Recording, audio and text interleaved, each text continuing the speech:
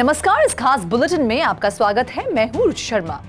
Leading virtual digital assets एक बार फिर नैरो रेंज में फंस गए हैं और बिटकॉइन की कीमत $29,100 के करीब पहुंच गई है, जो पिछले 24 घंटों में काफी हद तक अनचेंज है, क्योंकि इन्वेस्टर्स यूएस सेंट्रल बैंक से संभावित 25 बेसिस पॉइंट की बढ़ोतरी का इंतजार कर रहे हैं। मीम कॉइन के लिए ट्विटर पर एलोन मस्क के नवीनतम कदमों का क्या मतलब है? इस ऑप्टिमिज्म के बीच डोज कॉइन में 9% की वृद्धि हुई। सोमवार को मार्केट कैपिटलाइजेशन के हिसाब से सबसे बड़ी क्रिप्टो करेंसी एक महीने से अधिक समय में पहली बार $29,000 से नीचे गिर गई, जो कि federal reserve rate hike decision से प्रभावित हुई। बीटीसी की कीमत लगभग $29,167.34 थी, जो 24 घंटे पहले की तुलना में 0.15% अधिक है। मार्केट वैल्यू में दूसरा सबसे बड़ा क्रिप्टो ईथर हाल ही में 0.41% की बढ़त के साथ $1,856.37 पर ट्रेड कर रहा था। पॉपुलर मीम कॉइन डोज की कीमत में उन मीडिया रिपोर्ट्स के बाद बढ़ोतरी देखी गई जिसमें कहा गया कि बिलियनियर इलॉन मस्क द्वारा ट्विटर, जिसे अब एक्स कहा जाता है, जिसमें बेतहाशा बदलाव से टोकन के यूज केस का विस्तार हो सकता है। अन्य प्रमुख ऑल्ट कॉइन्स में XRP हाल ही में 0.7% ऊपर था, जबकि सोलाना स्मार्ट कॉन्ट्रैक्ट प्लेटफॉर्म का नेटिव क्रिप्टो SOL में 1% से अधिक गिरावट देखी गई। पिछले 24 घंटों में ग्लोबल क्रिप्टो मार्केट कैप 0.15% बढ़कर $1.17 ट्रिलियन हो गई। दूसरी ओर टोटल क्रिप्टो मार्केट का वॉल्यूम 27.38% कम होकर $25.7 बिलियन हो गया। DeFi का टोटल वॉल्यूम वर्तमान में $2.28 बिलियन है और सभी स्टेबल कॉइन्स का वॉल्यूम $23.15 बिलियन है, जो टोटल क्रिप्टो मार्केट 24 वॉल्यूम के क्रमश 8.86% और 90.1% का प्रतिनिधित्व करता है। बिटकॉइन का डोमिनेंस 0.08% कम होकर 48.31% हो गया। IC15 इंडेक्स के टॉप 15 टोकन का बैरोमीटर 0.12% बढ़कर 38,667 पर पहुंच गया। ब्लॉकचेन डेटा से पता चलता है कि दूसरी ओर venture capital heavyweight Andreessen Horowitz crypto lender MakerDAO के MKR गवर्नेंस टोकन में अपने इन्वेस्टमेंट का एक हिस्सा बेच रहा है, क्योंकि टोकन की कीमत लगभग 1 साल के उच्चतम स्तर पर पहुंच गई है।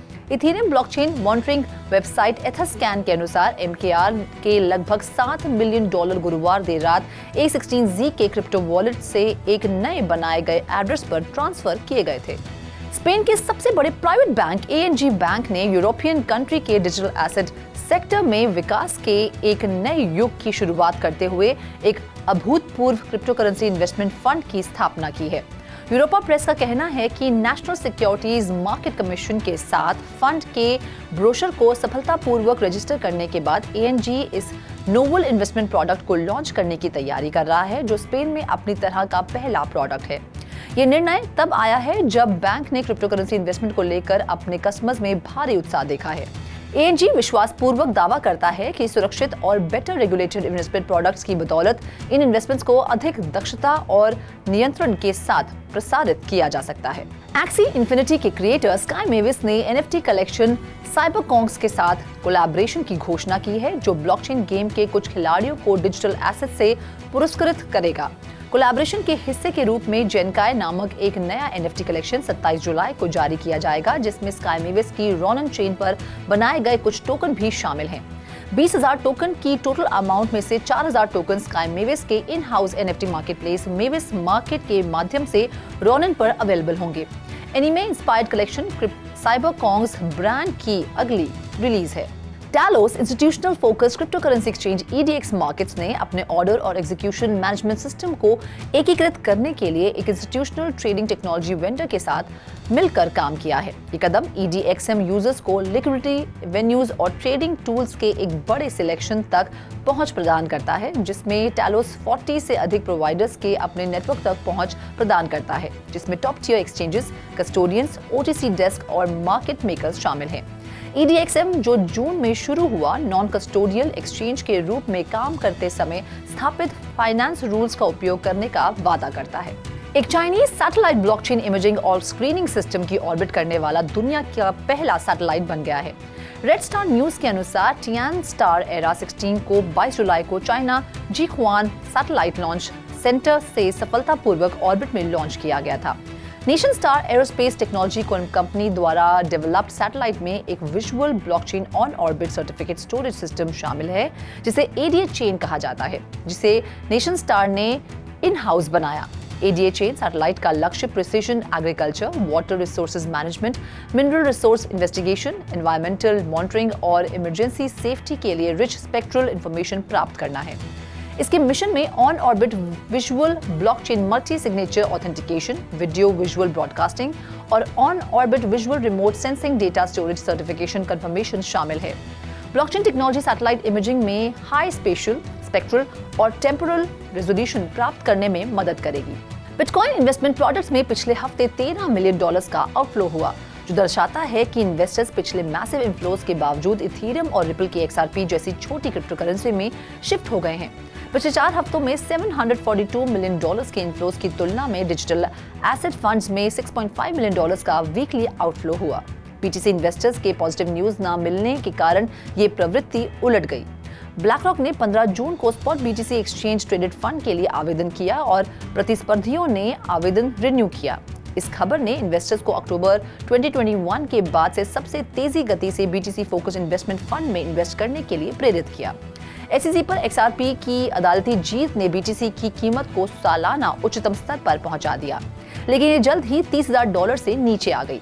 इससे पॉजिटिव फंड फ्लोज के साथ ऑल्ट कॉइन्स में इन्वेस्टर का विश्वास बेहतर हुआ।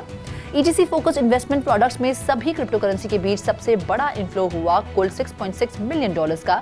इस वृद्धि से पता चलता है कि दूसरे सबसे बड़े क्रिप्टो एसेट के लिए सेंटिमेंट बदलना शुरू हो गया है। अवालांच फाउंडेशन ने टोकनाइज्ड एसेट्स की खरीद को प्रोत्साहित करने के लिए एक नए $50 मिलियन इंसेंटिव प्रोग्राम का अनावरण किया है। फाउंडेशन का लक्ष्य उन एंटरप्रेन्योर्स और प्रोजेक्ट की मदद करना है जो अवालांच प्लेटफॉर्म पर डिसेंट्रलाइज्ड फाइनेंस का उपयोग करते हैं। नया प्रोग्राम उन लोगों को सीड कैपिटल और बेनिफिट्स प्रदान करेगा जो बॉन्ड्स, इक्विटीज और अन्य टोकनाइज्ड एसेट्स खरीदकर इकोसिस्टम का विस्तार करने में मदद करते हैं। इस कैंपेन का उद्देश्य अधिक इन्वेस्टर्स को आकर्षित करना और DeFi को मेन स्ट्रीम अडॉप्शन में तेजी लाना है, जो पहले से ही बिजनेस और कंज्यूमर्स के बीच पॉपुलैरिटी हासिल कर रहा है। अगर ऑस्ट्रेलिया ग्लोबल कंपटीशन में बने रहना चाहता है तो उसे अधिक स्पेसिफिक क्रिप्टो करेंसी रेगुलेशन के इम्प्लीमेंटेशन में तेजी लाने की आवश्यकता है, कॉइनबेस के प्रमुख ने आज ऑस्ट्रेलिया सेनेट कमेटी के दौरान तर्क दिया। क्रिप्टो एक्सचेंज कॉइनबेस के चीफ पॉलिसी ऑफिसर फरियार शिरजाद ने कहा कि ऑस्ट्रेलिया को तुरंत क्रिप्टो रिलेटेड रेगुलेटरी फ्रेमवर्क या लेजिस्लेशन को लागू करना चाहिए, क्योंकि अन्य कम्पिटिटिव कंट्रीज ने क्लियर रेगुलेटरी टाइम पीरियड स्थापित किया है। माइका के 2025 की शुरुआत में लॉन्च होने की उम्मीद है। यूके इस समय को पूरा करने के लिए अपने कंसल्टेशन में तेजी ला रहा है। Australian senate economics legislation committee की पब्लिक हियरिंग में शिरजाद के अनुसार ये अन्य क्रिप्टो मार्केट को व्यवस्थित करने के लिए एक तारीख प्रदान करता है। ये हियरिंग मार्च में सेनेट एंड्रयू ब्रैग द्वारा पेश किए गए डिजिटल एसेट बिल 2023 का हिस्सा थी। मार्केट के सबसे बड़े क्रिप्टो करेंसी एक्सचेंज बाइनेंस ने मंगलवार को घोषणा की कि वे अगस्त में जापानीज यूजर्स को फुल सर्विसेज देना शुरू कर देगा। बाइनेंस ने नवंबर में एक अनरिपोर्टेड ट्रांजैक्शन में सकूरा एक्सचेंज बिटकॉइन का अधिग्रहण किया। SEBC को जापान की फाइनेंशियल सर्विसेज एजेंसी द्वारा विनियमित किया जाता है, इसीलिए अधिग्रहण क्रिप्टो करेंसी एक्सचेंज को देश में फिर से प्रवेश करने की अनुमति देता है। नवंबर में बाइनेंस के एक रिप्रेजेंटेटिव ने डिक्रिप्ट को बताया कि जापान के पास उभरते Web3 इंडस्ट्री में बड़ी संभावनाएं हैं और क्रिप्टो करेंसी की आगे की स्वीकृति में महत्वपूर्ण भूमिका निभाएगा। बाइनेंस ने जापानीज क्रिप्टो मार्केट में फिर से प्रवेश करने के लिए टोटल वॉल्यूम के हिसाब से दुनिया के सबसे बड़े क्रिप्टो एक्सचेंज सकूरा एक्सचेंज बिटकॉइन का अधिग्रहण किया है। SEBC को पहले से ही जापान की फाइनेंशियल सर्विसेज एजेंसी द्वारा रेगुलेट किया गया है, जिससे बाइनेंस को देश में फिर से प्रवेश करने की अनुमति मिलती है। अधिग्रहण राशि का खुलासा नहीं किया गया। बाइनेंस ने 30 नवंबर को अपने ग्लोबल प्लेटफॉर्म पर जापानीज यूजर्स के लिए सर्विसेज को बंद करने की योजना बनाई है। 1 अगस्त के बाद आइडेंटिटी वेरिफिकेशन के माध्यम से नए लोकल प्लेटफॉर्म पर माइग्रेशन की पेशकश की है। एक्सचेंज ने शुरू में ही नए प्लेटफॉर्म पर स्पॉट ट्रेडिंग के लिए 30 डिजिटल एसेट की पेशकश करने की योजना बनाई थी। 2017 में FSA ने जापान में काम करने वाली क्रिप्टो करेंसी कंपनियों के लिए एक रजिस्ट्रेशन प्रोसेस शुरू किया, जिसके लिए उन्हें रेगुलेटर के पास फाइल करने की आवश्यकता थी।